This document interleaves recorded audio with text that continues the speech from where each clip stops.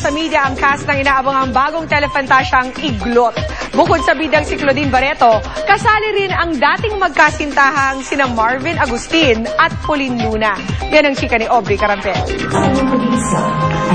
Kumpleto ang powerhouse cast ng bagong telefantasyang Iglot sa grand press launch sa pangunguna ng nagbabalik sa primetime ang Optimum star na si Claudine Barreto. Kasama rin sina Marvin Agustin, Jolina Magdangal, Luis Alandi, Pauline Luna, Patrick Garcia, Celia Rodriguez at ipinakilala rin ng bagong GMA child star na si Milka Win Nacion. Ang baguhang si Milka, labis daw pinahanga ang kanyang co-stars. Spoiled nga raw siya sa kanyang mommy sa show na si Claudine. Anong mga pinibigay sa'yo? Barbie po. Talaga? Opo. Tapos, mga shoes po. Si Milka talagang sobrang cute yung bata at talagang magaling. Makikita mo talaga na focused at 6 years old, talagang focused yung bata sa pagtatrabaho at alam niya yung ginagawa niya. Iniintriga naman ang pagsasama-samang muli sa iisang show ni na Marvin, Jolina at Pauline. Ipinakita kasi ang trailer ng Iglot kung saan may madramang eksena sina Jolina at Marvin na first time raw nilang ginawa. Sa eksena na yun,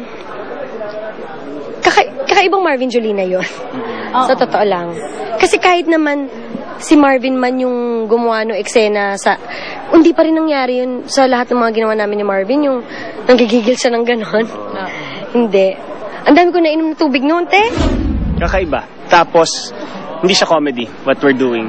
Kasi pag kami, may tendency pagtripa namin yung eksena eh.